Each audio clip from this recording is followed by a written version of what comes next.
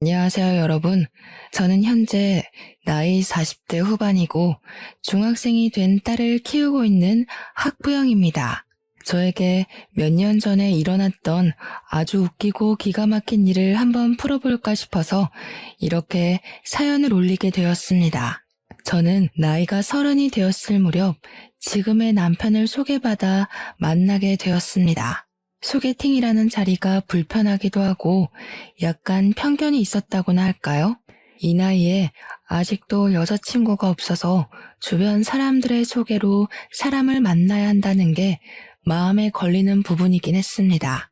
간곡한 지인의 부탁에 자리를 나가게 되었는데 상대방은 연봉도 꽤 높고 키도 183cm나 되고 얼굴도 훈훈하게 생긴 34살의 남자였습니다. 저는 그 남자를 보자마자 더욱 의심을 하게 되었죠. 모난 구석이 하나도 없는데 왜 여자친구가 아직도 없을까 하고 말입니다. 길 가다가 명함만 뿌려도 여자가 따라붙을 것 같은 사람인데 이런 소개팅 자리를 전전긍긍하고 있다는 게 이상하지 않겠습니까? 그래도 사진으로 받아본 외모가 제 이상형에 가깝기도 하고 무엇보다 키가 큰 사람을 선호하고 있었기에 소개팅을 했습니다. 제가 여자치고는 키가 꽤 큰 편이라서 외적으로 마음에 들었고 만나보니 예상과는 다르게 진중하고 깔끔한 성격을 가지고 있길래 연애를 시작하게 되었습니다. 2년 정도 진득하게 만나본 뒤 제 나이 32살이 되었을 때 프로포즈를 받고 결혼을 하기로 약속했는데 그제야 이 남자가 저에게 속사정을 이야기하더라고요. 사실은 자기가 오래전에 결혼을 약속했었던 여자가 있었는데 파혼을 하게 되었었다는 과거 연애사였습니다. 그런데 그 이유가 다른 것도 아닌 예비 시모와 예비 신우 때문이었다고 털어놓더군요. 저는 갑자기 받은 황당한 고백에 놀라서 이게 다 무슨 소리냐고 물어보니까 예비 시모와 예비 신우가 시집살이를 시키듯 결혼하려고 약속했던 전 여자친구에게 핀잔을 줬다는 겁니다. 전 여자친구가 이혼 가정에서 자라 아버지와 단둘이 살고 있었고 내놓으라 할 직업이 따로 없었던 여자여서 그랬는지 시댁 식구들이 엄청나게 무시를 했었다고 하더라고요. 결국은 전 여자친구가 견디지 못하고 파혼 선언을 했고 결혼이 파투나는 바람에 상처를 입어 오랜 시간 혼자 지냈다고 했습니다. 한동안 여자 만날 생각이 전혀 없었는데 지인들 등살에 못 이겨 저를 소개받게 되었고 마음이 깊어져서 결혼까지 하고 싶어졌다고 이야기를 하더군요. 아무튼 예비 신우도 2년 전에 결혼을 했고 예비 시모 또한 자기가 그 이후로 여자를 만나지 않으니 걱정이 심해져서 간섭을 줄였다고 했습니다. 앞으로는 절대 참견하지 않겠다는 조건을 걸고 결혼을 하겠다고 허락을 받아왔으니 저에게 걱정을 하지 말라고 이야기를 하긴 하더라고요. 자기가 다 지켜줄 수 있다고 이전 같은 상황은 절대 만들지 않겠다고 저에게 후원장담을 했습니다. 근데 솔직히 제 입장에서는 너무나도 찝찝한 이야기지 않겠습니까? 그런 말뿐인 약속은 필요 없다고 이야기를 했죠. 결혼을 다시 생각해보는 게 좋겠다고 시간을 가지자고 강경하게 나가니까 조바심이 난 예비신랑은 저에게 각서를 쓰겠다고 했습니다. 신우가 시집갈 때 본인이 돈 5천만 원을 빌려줬었는데 신우가 시집살이를 시키려고 들면 그 돈을 가지고 협박이라도 해서 괴롭히지 못하게 만들겠다는 것이었습니다. 시모가 괴롭힐 경우를 대비해서 1년 동안은 혼인신고를 미루고 살았으면 좋겠다 하니 그 조건까지 받아들이고 각서를 쓰자고 하더라고요. 아파트 명의도 제 명의로 해두겠다고 생활비 통장이며 적금 통장이며 전부 제 명의로 해주겠다고 했습니다. 무슨 일이 생겨도 본인에게 무조건 이야기해달라고 하는데 믿음이 가더라고요. 그래서 약속했던 모든 걸 꼭 지켜달라고 신신당부를 한 뒤 결혼을 준비하게 되었습니다. 아니나 다를까 시댁에 인사를 드리러 갔더니 예비 시모가 저를 보자마자 입을 열었습니다. 대학을 어디 학교 나왔어? 우리 아들 만나기 전까지 남자는 몇 명이나 만나봤어? 음식은 좀 할 줄 알아? 아침에는 몇 시쯤 일어나니? 하면서요. 물어볼 게 얼마나 많은 건지 제가 입을 열기도 전에 질문만 수십 개가 쏟아지는 듯한 느낌이었습니다. 어안이 벙벙했던 저는 날카롭지 않게 대꾸하려고 그런 질문은 왜 하시는 거냐고 조심스럽게 물어봤습니다.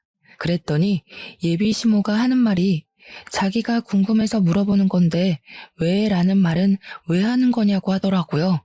저도 밀리지 않으려고 질문하시는 내용이 조금 이상한 것 같다고 대답했죠. 그때까지만 해도 예비 시모를 최대한 존중하려고 노력했습니다. 저는 예비 시모에게 대학은 땡땡 여대를 나왔고 남자를 몇 명 사귀어 봤냐는 질문에는 딱히 대답할 가치가 없는 것 같다. 음식은 기본은 할 줄 안다. 결혼 후에는 남편과 같이 입맛을 맞춰 나갈 거니까 둘이 같이 요리를 하면서 해결해 나가겠다. 평일 아침에는 출근 시간 맞춰서 일어나고 주말에는 늦잠을 잔다고 시모의 질문 속도에 맞춰 쏟아내듯 이야기를 했습니다. 그러니 예비 시모는 한술 더 떠서 대학은 마음에 드니까 합격. 근데 남자 관계는 마음에 썩 안 드네? 하시더라고요. 제가 아무 소리 안 하고 가만히 있으니까 저를 빤히 보더니 근데 왜 음식을 우리 아들이랑 같이 하겠다는 거니? 하시는 겁니다. 그래서 저도 속으로 더 이상 대우를 해줬다가는 내가 말리겠다 싶어서 웃으면서 대답했죠. 그럼 어머님이 같이 해주시게요? 매일 저녁마다 저희 집으로 오셔서 반찬 해주시는 거예요? 했더니 시모가 끙 하시면서 아무 말도 못 하시더라고요. 저한테 주말에도 일찍 일어나라고 하시면서 시댁에 게으름 피우면 안 된다고 평일이랑 똑같이 일어나라고 말도 안 되는 트집을 잡더라고요. 알겠다고 대신 남편이랑 같이 아침부터 일찍 일어나서 운동도 하겠다고 했더니 자기 아들은 피곤해서 주말에는 쉬어야 한다고 호들갑을 떨더라고요. 저도 일하는 사람인데요. 그럼 저도 쉬어야 하지 않을까요? 자기야, 우리 주말에는 배달 음식 시켜 먹으면서 좀 쉬자 했죠. 제가 평소에 되바라진 애는 절대 아닌데 남편이 시댁에 방문하기 전에 저에게 언지를 했던 내용이 있었잖아요.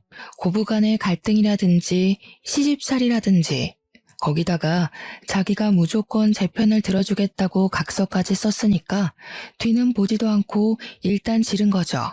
속으로 이렇게까지 이야기해도 되나 싶긴 했지만 가만히 있으면 우습게 볼 것 같더라고요.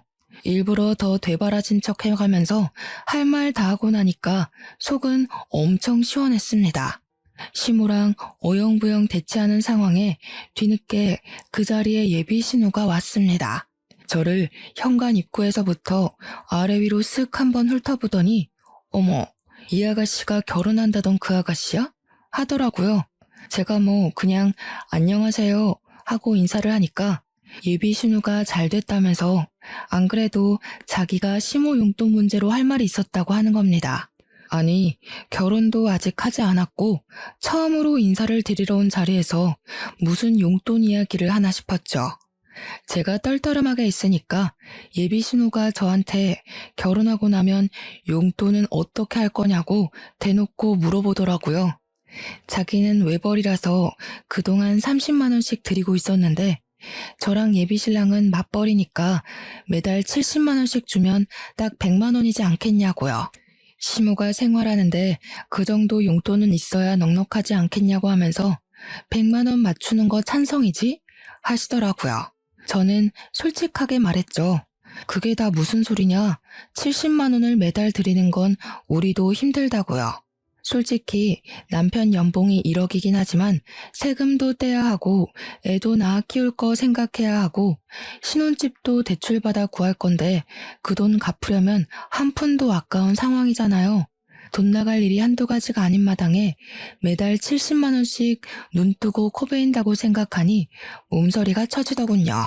그런데 그때 딱 구세주처럼 예비 시부가 나타나서는 예비 신우한테 한 소리 하시더라고요. 너네 집은 30만 원 내면서 둘째 내는 왜 70만 원 내라고 하냐고요. 둘째네도 맞춰서 30만 원만 내면 되지. 그 정도는 줄 수 있지 않냐고. 거기다가 우리 집만 받아서 되겠냐? 사돈댁도 챙겨야 할 거 아니냐? 하셨습니다. 그러니까 신우가 왜 다 된 밥에 재를 뿌리냐고. 보면 아빠는 나만 미워하더라? 하면서 나는 우리 엄마 아빠한테만 용돈 주잖아. 뭐하러 출가 외인이 처가댁을 생각해? 하면서 저를 은근히 흘겨보더라고요. 제가 한 건 잡았다 생각해서 예비 신우도 출가 외인이면서 지금 친정만 챙긴다고 하시네요 뭘 이라고 했어요. 그러니까 시부가 제 편을 계속 들어주시면서 우리 사위는 부모님이 다 돌아가셔서 챙길 곳이 없어서 그런 거 아니냐고. 그럼 네가 70만 원 내라 하셨습니다. 신우가 놀래서 자기네 형편에 무슨 70만 원을 내라고 하는 거냐고 했습니다. 그러자 시부가 콧방귀를 끼면서 너네 형편만 따질 줄 아는 거냐고.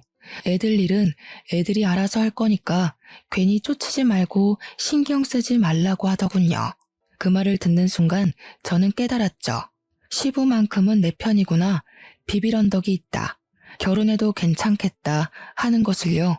신우가 입을 삐죽이면서 시무 눈치만 보고 아무 말도 못하는 걸 보니까 시부 말이 최고구나 하는 걸 느꼈습니다. 당연히 우리 집에서는 뭐 연봉 1억에 키도 크고 얼굴도 훈훈하게 생긴 우리 남편을 당연히 쌍수 들고 좋다고 하셨고요. 앞으로 잘하겠다고 절을 하는 남편의 뒤통수를 보면서 이 사람 하나 믿어보고 결혼하자 하고 결심했습니다. 양가 상견례 자리 분위기 자체는 나쁘지 않았었는데 아주 미묘한 사건 한 가지가 터졌습니다. 신혼집은 남편과 제가 같이 대출을 받아서 구하기로 했고 혼수는 양가에서 반반씩 지원을 해주시기로 말을 다 마쳤습니다. 예단이니 예물이니 한창 떠들면서 훈훈한 분위기를 이어가는 와중에 신우가 갑자기 음식을 앞에 두고 우욱하면서 헛구역질을 하는 거예요. 순간 온 가족이 얼음이 되어서 신우를 빤히 쳐다보니까 신우가 웃으면서 사실 자기가 임신을 했다고 이야기를 하는 겁니다. 저는 기가 막히고 코가 막혔죠. 다른 자리도 아니고 굳이 저와 남편의 상견례 자리에서 임신했다고 말을 하는 게 뭔 행동인가 싶어서요. 제가 저도 모르게 허 하면서 신우를 바라보니까 신우가 자기 임신한 사실을 많은 사람들 앞에서 축하받고 싶었다고 하는 겁니다. 거기서 멈췄으면 사연에 덧붙이지도 않았을 텐데 글쎄 이 정신 나간 신우가 우리 부모님한테 그러는 거예요. 임신한 게 축복이니만큼 사돈 어르신들도 자기한테 선물 하나 해주시라고요. 제가 속으로 이게 무슨 개 같은 경우인가 하고 신우를 보고 있는데 저희 부모님도 무척이나 당황하신 거죠. 말로는 축하드려요 사돈 하는데 시모가 축하하면 성의를 보이시면 어떠냐고. 사돈댁에서 선물 하나 해주세요. 말로만 축하하지 마시고요. 하는 겁니다. 어쩜 그리 모녀가 쌍으로 뻔뻔할 수 있는지 제가 가만히 있어서는 안 되겠다 싶더라고요. 그래서 신우한테 다른 날도 아니고 제 상견례 자리에서 갑자기 이게 무슨 소리냐고 사납게 물어봤죠.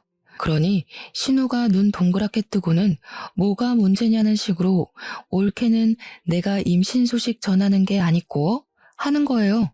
완전히 여우가 따로 없죠. 저한테 다 뒤집어 씌우려고 저런 소리를 하는 거잖아요. 제가 그 자리에서 싫은데요? 하면 속 좁은 사람이 되는 거고 축하드려요 하면 꼼짝없이 선물을 바쳐야 하잖아요. 근데 남편이 딱 그러더라고요. 선물을 왜 우리 장인 장모한테 해달라고 하냐고요. 매형이 그 정도 능력도 없는 사람이냐면서 제 편을 딱 들어주는데 속이 시원하더라고요. 시부가 남편 편을 들면서 그러더라고요. 가족끼리 선물은 무슨 건강관리나 잘하라고요. 허구한 날 빨빨거리면서 싸돌아다니지 말라고요.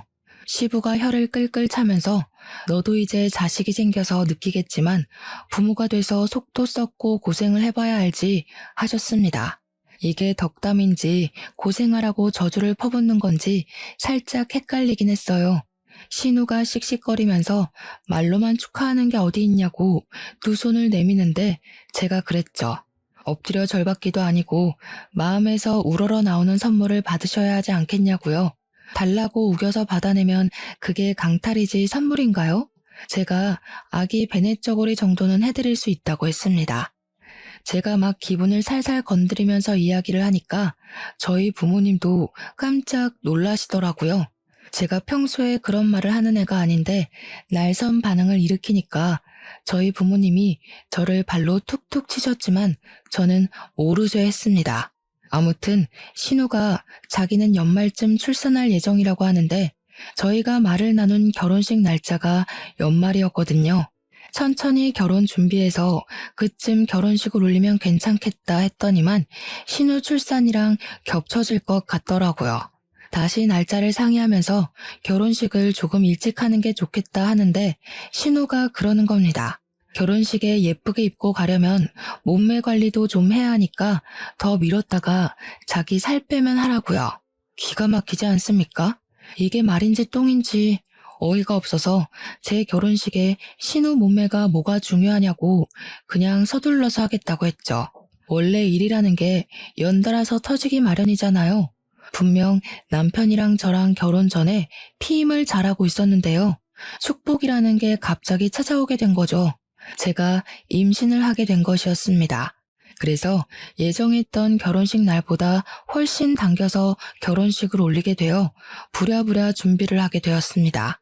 너무나도 급작스럽게 이뤄진 결혼에 양가에서도 개눈 감추듯 결혼식을 올리게 되었다며 조금 서운해하시기도 했죠. 근데 원래는 각서에 결혼하고 나서 1년 동안은 혼인신고를 하지 않기로 했었잖아요. 아이가 생겨서 혼인신고를 하긴 해야 할 것 같은데 당장 하기에는 또 마음에 걸리고 남편과 상의 후에 아이 낳기 전에 혼인신고를 하자고 약속을 하게 되었습니다. 저의 출산일은 다음 해 2월이었어요. 배가 나오기 전에 식을 올려야 한다고 생각을 했기에 천천히 여유를 가지고 준비하려고 했던 결혼식을 2달 만에 준비했고 저는 임신 4개월째에 결혼식을 올리게 되었습니다. 시댁에서는 겹경사라고 손주가 2이나 생긴다면서 엄청나게 좋아하셨고요. 저는 임신을 해서인 건지 결혼하고 나서 엄청난 간섭과 시집살이에 시달릴 거라 생각했던 것과는 반대로 걱정할 일은 전혀 없었습니다. 시모도 그렇고 신우도 그렇고 임신을 해서 그런 건지 트집 잡는 걸 딱 멈추셨거든요. 시댁에는 제사할 것도 딱히 없었고 명절에도 딱 하루만 시간 내서 같이 보내고 집으로 각자 돌아가는 그런 시기였습니다. 그래서 명절에도 뭐 밥을 한다거나 벌초를 간다거나 하는 일이 없었죠. 그렇게 시간이 흐르고 흘러서 12월이 되어 신우는 건강하게 아들을 출산하게 되었고요. 저도 그 다음 해에 2월에 아들을 출산을 했습니다. 건강하고 뽀얀 우리 아들을 보면서 정말 남편과 끌어안고 얼마나 울었는지 모르겠습니다. 시부모님은 2분 다 갑자기 생긴 손주 둘에 푹 빠져서 정신이 빠질 정도로 좋아하셨는데 아무래도 우리 아들이 대를 이어야 할 아들이라고 생각하셨던 것 같아요. 시부가 티가 날 정도로 우리 아들을 더 예뻐해 주시긴 했거든요. 과자를 사 먹으라고 용돈을 마구마구 찔러주셨고요. 신우는 항상 그걸 가지고 불만을 토로했고 차별당하는 기분이 좋지 않다며 저에게 계속 이야기를 해댔습니다. 아무래도 시부성을 따른 손주가 더 귀한가 보다 하면서 차별 노래를 불러대니 저와 남편은 가시방석에 앉은 듯 했죠. 미안한 마음도 들고 하니까 저랑 남편이 일부러 신우네 아들 선물을 더 많이 챙기기도 했고요. 근데도 신우는 고마운 줄 모르고 맨날 우리 아빠가 나는 출가 외인이라 그러냐? 우리 애는 신경도 안 쓰네 하면서 서운해했습니다. 불만만 가득 뿜어대면서도 시댁에 와서 죽치고 있으니까 저도 너무 불편했죠. 하지만 시부가 매번 저에게만 용돈을 따로 찔러주시니까 할 말이 없는 입장인 거예요, 제가. 그렇게 시간이 흐르고 흘러서 3년쯤 흘렀던 어느 날 시부가 갑자기 우리 아들에게 뭐 필요한 거 없냐고 물어보시더라고요. 곰곰이 생각을 해보니 이제 슬슬 책이나 교구 같은 걸 사줘야겠다 하고 마음을 먹었었거든요. 가격이 꽤 나가서 고민 중이었는데 시부가 물어보니까 냉큼 동화 전집이랑 교구 같은 게 있었으면 좋겠다고 이야기를 했죠. 근데 통도 크게 120만 원짜리 교구 세트를 주문을 해주신 거예요. 저한테 자기가 후기 100개도 넘게 보면서 고른 거라고 하시는데 너무 마음에 들었죠. 시부한테 몇 번이나 감사합니다, 감사합니다 하고 친구들에게 자랑하고 싶어서 SNS에 딱 올렸는데 그걸 신우가 봐버린 거죠. 네, 제가 멍청했다는 거 잘 알고 있습니다. 하지만 신우랑 저랑 친구가 아니라서 염탐하고 있는 줄은 생각도 못했어요. 신우가 난리를 치면서 우리 아빠가 사줬다고? 나는 그런 거 사주지도 않았는데 왜 올케한테만 사줘? 하더라고요. 그러면서 저한테 우리 아빠가 사준 거니까 나눠 쓰자고 하는데 제가 할 말이 없어서 알겠다고 했죠. SNS에 올리지만 않았어도 이런 일이 없었을 텐데 제 팔자 제가 꼰 거 아니겠습니까? 필요한 거 있으면 빌려가시라고 이야기를 했더니 신우가 당장 와서는 몇 가지 교구를 들고 가더라고요. 그런데 짜증나는 게 신우가 빌려갔다 하면 함흥차사인 겁니다. 돌려줘야 하는데 돌려주지도 않고 빌려가기만 잔뜩 빌려가고요. 제가 신우가 뭘 빌려갔는지 하나하나 체크를 해놨었거든요. 근데 한 10개 빌려가면 돌아오는 건 7, 8개밖에 없는 겁니다. 도둑놈도 아니고 빌려달라고 할 때마다 빌려줬는데 왜 들고 오지를 않는 건지.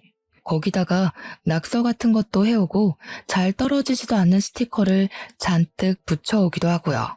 아무리 가족이라지만 남의 것인데 깨끗하게 다룰 생각은 안 하고 일부러 더 저러는 것 같았습니다.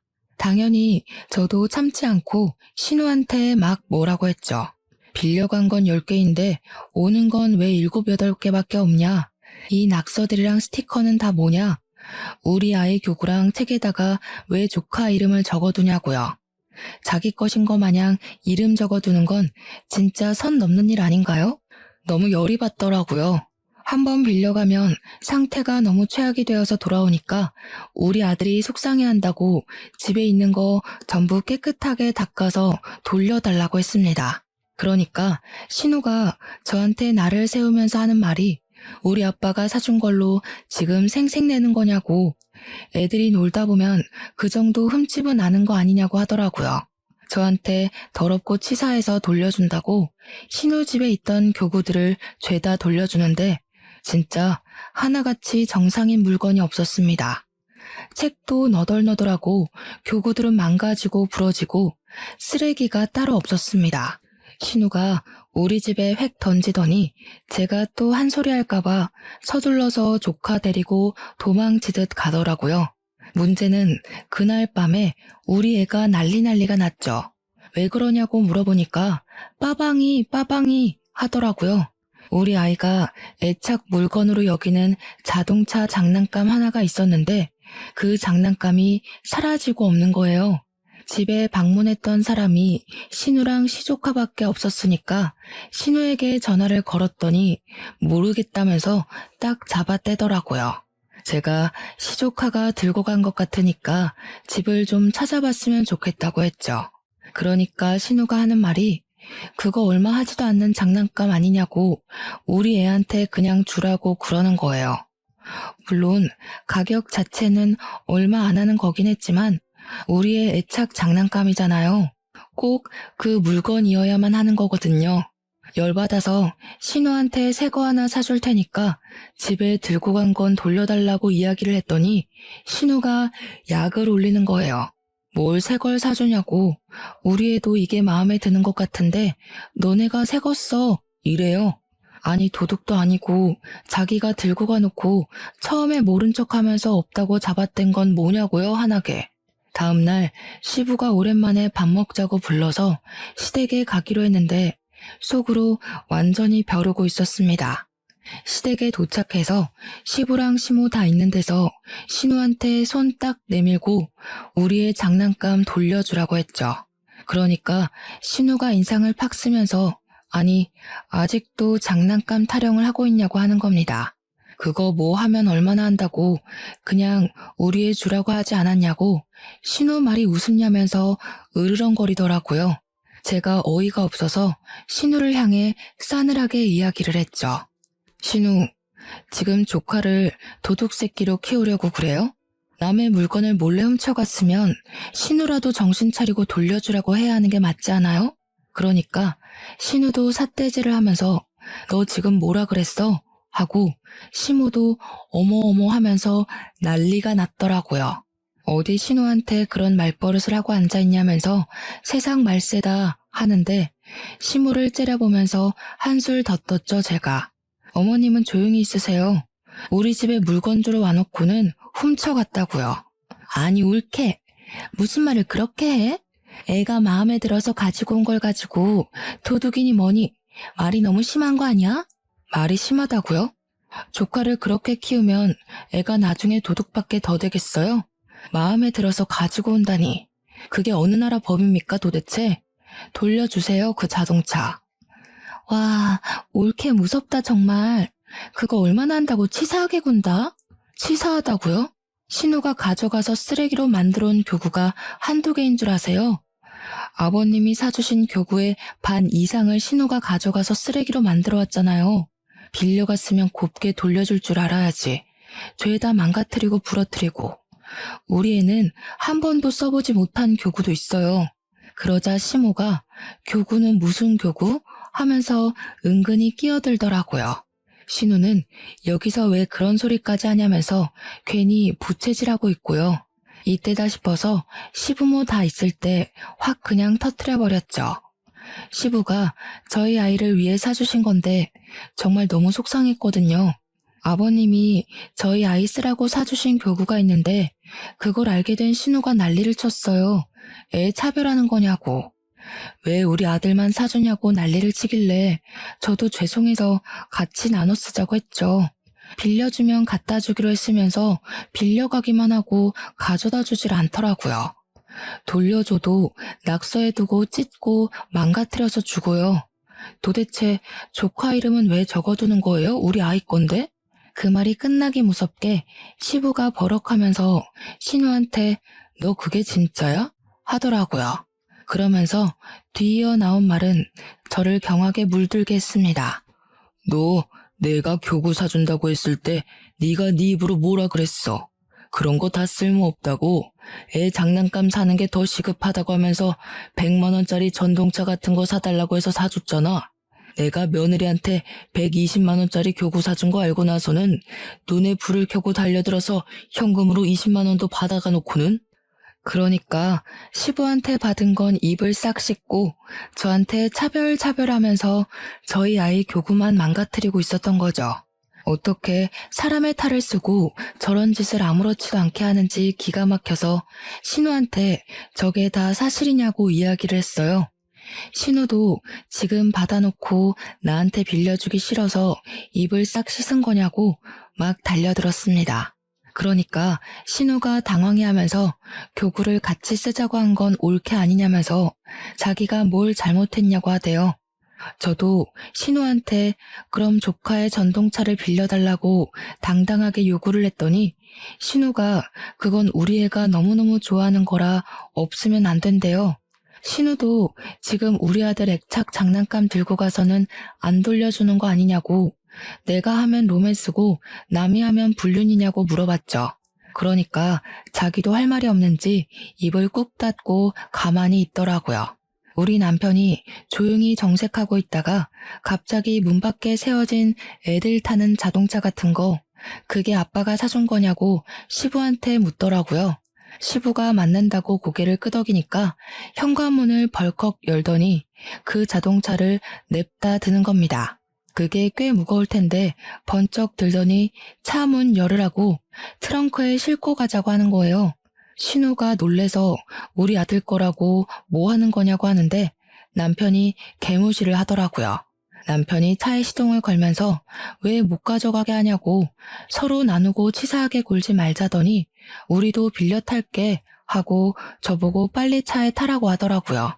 남편이랑 집으로 돌아오니까 바로 전동차를 꺼내더니 아들 태우라고 하는데 속이 시원했습니다. 전동차 상태를 보니까 신우가 애지중지한 것 같더라고요.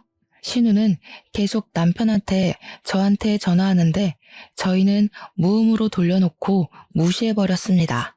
남편이 집에서 유성매직을 가지고 오더니 아들에게 쥐어주고는 차에다가 낙서나 실컷 타라고 하는데 빵 터졌네요. 우리 아들 보고 이름 쓸 줄 모르냐고, 모르면 아무 그림이나 막 그려보라고 하는데 하얀색 전동차에 매직으로 낙서를 하더라고요. 거기에서 멈추지 않고 남편은 집에 있는 잘 뜯어지지도 않는 종이 스티커를 막 들고 오더니 차에 붙이기 시작했습니다. 이 정도는 해줘야 제대로 된 복수 아니겠냐고 하면서요. 그날 저녁에 심해부가 퇴근을 했는지 신우랑 같이 우리 집으로 찾아왔더라고요. 큰 봉투에 그동안 돌려주지 않았던 우리 아들의 장난감을 바리바리 싸들고 와서는 전동차 달라고 하더라고요. 제가 이미 더러워진 전동차를 가리키면서 가져가세요. 우리 아들은 별로 재미없대요. 했습니다. 전동차에 낙서랑 스티커가 잔뜩이니까 시조카가 엉엉 울면서 자기 거 아니라고 이런 거 없었다고 하는데 신우가 저를 째려보더라고요. 꼭 이렇게까지 치사하게 굴어야 속이 시원하겠냐고 이야기를 하는데 저도 신우처럼 눈 동그랗게 뜨고 모른 척 했습니다. 제가 뭘 어쨌냐고. 신우도 우리 아들 거 이렇게 다루길래 저도 그래도 되는 줄 알았죠 하면서 눈치 없는 사람처럼요. 심해부는 우리 부부에게 아무 소리도 하지 못하고 전동차를 낑낑 들고 집에 가자고 신우랑 시조카를 데리고 가더라고요. 그 뒤로 우리 아들 장난감을 빌려달라고 한다거나 훔쳐가는 일은 없어졌습니다. 하지만 그 이후에도 몇 번의 비교질이 있긴 있었습니다.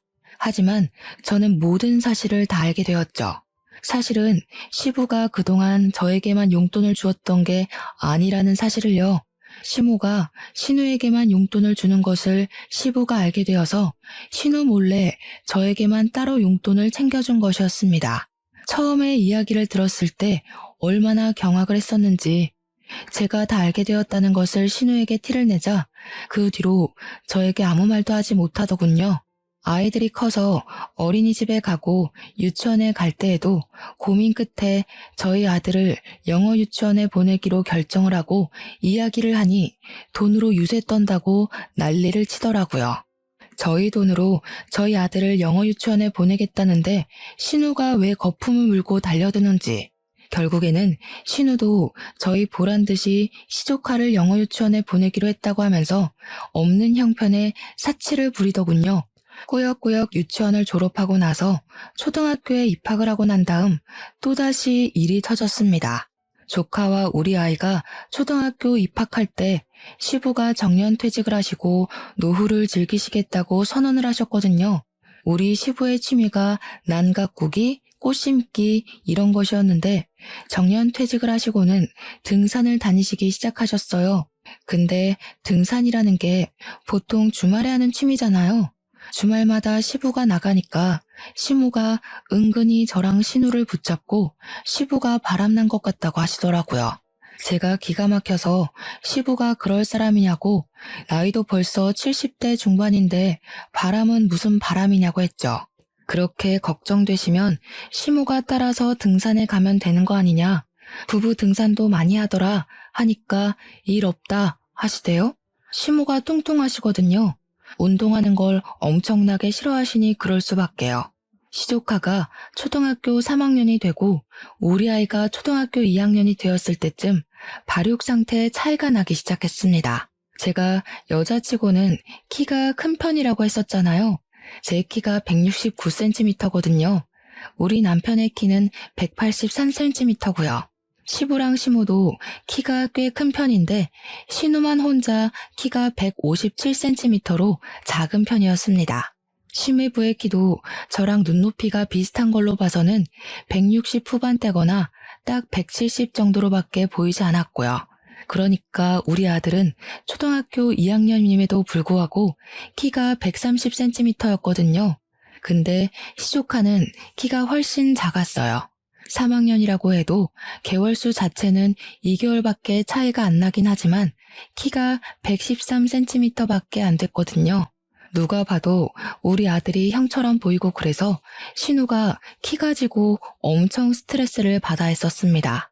그런데 우리 아이가 발육 상태가 좋은 만큼 밥을 정말 많이 먹고 가리는 것 없이 참 잘 먹어요. 저랑 남편이 부부 동반으로 일이 있어서 어쩔 수 없이 시댁에 하루 아이를 맡겼는데 그날 신우도 시댁에 조카를 데리고 방문을 한 거죠. 그날 저녁에 시부모님께 아이를 봐주셔서 감사하다고 인사를 드리고 집에 왔는데 애가 배가 고프다고 밥을 달라고 하는 겁니다. 저녁 안 먹었어? 하니까 짜장면을 먹긴 했는데 배가 고파 죽겠대요. 왜? 얼마 못 먹었어? 하고 물어보니까 자기는 매운 걸 전혀 먹질 못해서 짜장면을 시켰고 시조카는 매운 걸 워낙 잘 먹는다고 짬뽕을 시켰대요. 근데 막상 음식이 도착하니까 짜장면이 먹고 싶다면서 반을 덜어가더라는 겁니다. 우리 아이가 매운 거 못 먹는 걸 뻔히 알면서 짬뽕을 먹으라고 덜어주더래요. 아이가 결국 짜장면 반 그릇으로 저녁 내내 시간을 보냈으니 당연히 배가 고팠던 거죠.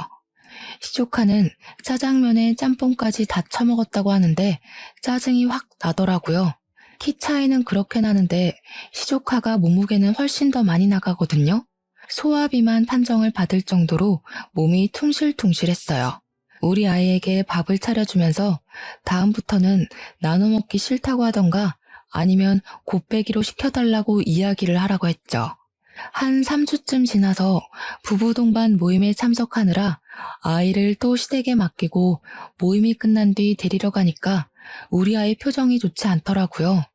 혹시 오늘도 짜장면 먹었어? 하니까 신우 눈치를 슬쩍 보면서 고개를 끄덕이는데 먹는 걸로 치사하게 굴었구나 싶었습니다. 시댁에 신우랑 시조카, 시모까지 다 있어서 거기서 이야기를 꺼냈죠.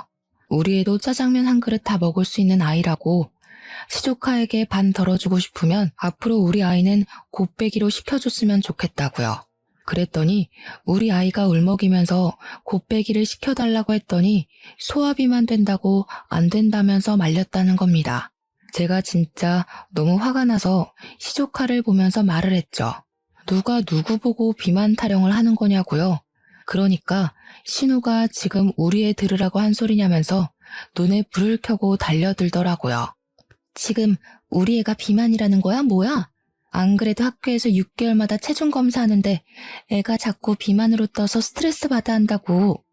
우리 애 앞에서 상처 주지 말고 말 좀 가려서 할 수 없어? 어머, 비만 맞잖아요.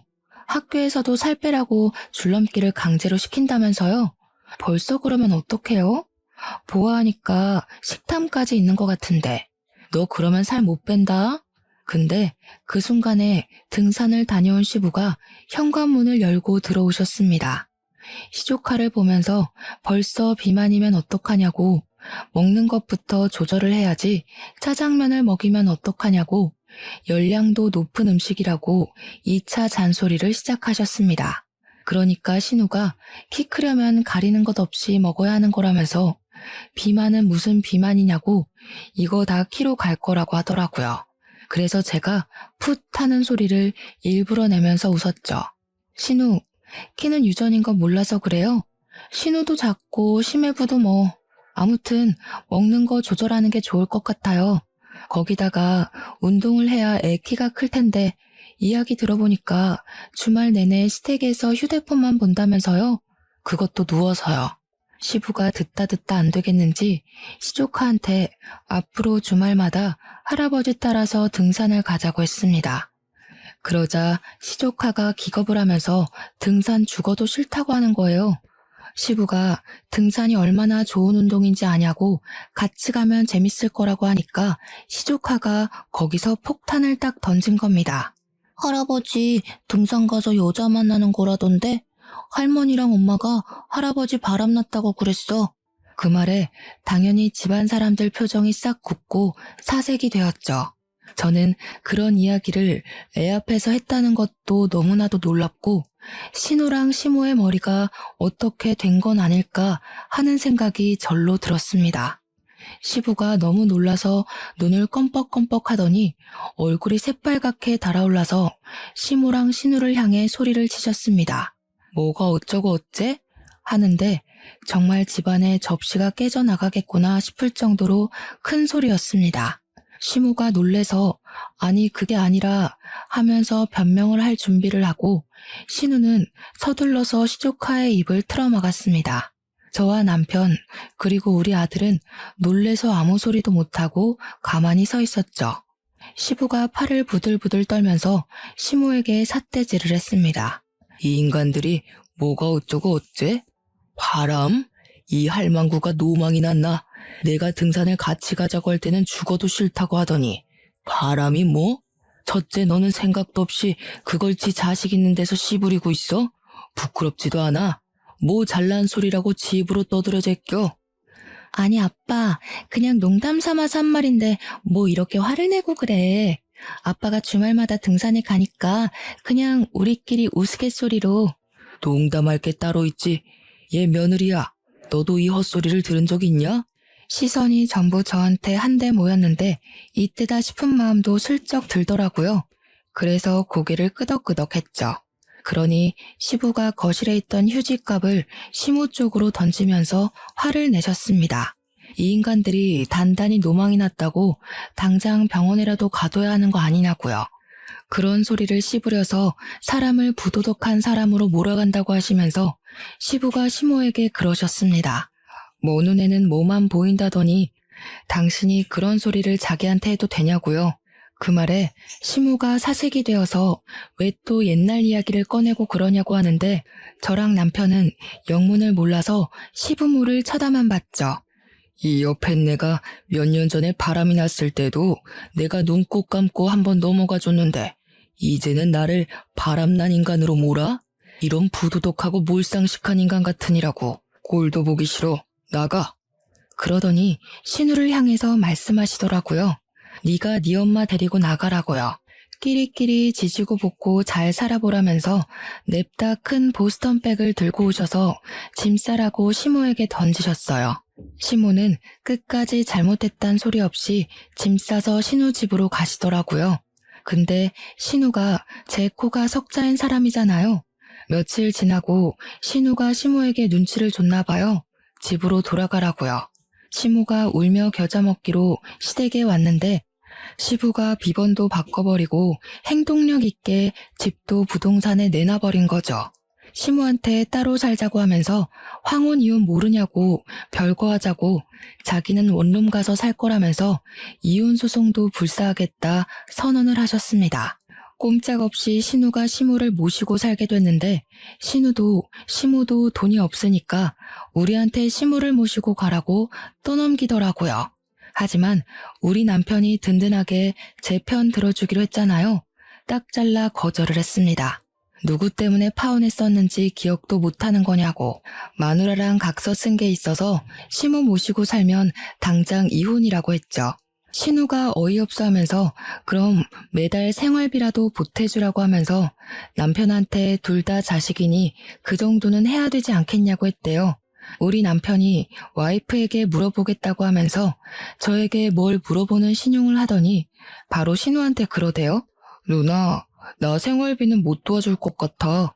우리 와이프가 누나 시집 갈 때 빌려준 5천만 원도 받아오라고 하는데 어떻게 생활비 이야기를 하겠어. 우리 남편이 한술 더 떠서 말을 하니까 제가 나설 필요도 없었습니다. 신우는 당황해하면서 그 돈 결혼 선물로 준 거 아니냐고 하니까 남편이 모르는 척 하더라고요. 누가 원수 같은 누나 결혼하는데 5천만 원이나 선물로 줘? 그때 차용증 쓴 거 내가 아직 가지고 있는 거 몰라서 그래? 신우는 남편 보고 독한 인간이라고 그걸 아직까지 가지고 있냐고 하더니 그 뒤로 생활비 보태라는 말이 쏙 들어가더라고요. 결국 시부랑 시모는 시부의 강력한 바람으로 이혼을 했고요. 시부는 지금 우리 집 근처 원룸에서 혼자 노후 라이프를 즐기고 계세요. 신우랑 시모는 맨날 나가라 못 나간다 하면서 싸우고 있다고 신우가 가끔 저에게 전화와서는 시모 모시고 가면 안 되겠냐고 하는데 누가 그 제안을 받아들이겠습니까? 당연히 거절하고 있고요. 남편은 결혼 전에 저에게 약속했던 대로 커다란 벽이 되어주고 있어서 시모도 차단해버리고 아이와 시부와 즐거운 시간 보내면서 살고 있습니다. 이래서 사람이 너무 욕심만 부리고 심술만 부리고 살면 안 된다는 걸 깨닫게 되네요. 여러분들도 이런 어처구니 없는 일을 당하시면 당황해하지 마시고 현명하게 잘 대처하길 바랍니다. 저의 긴 사연 들어주신 여러분 감사합니다. 행복한 하루 되세요.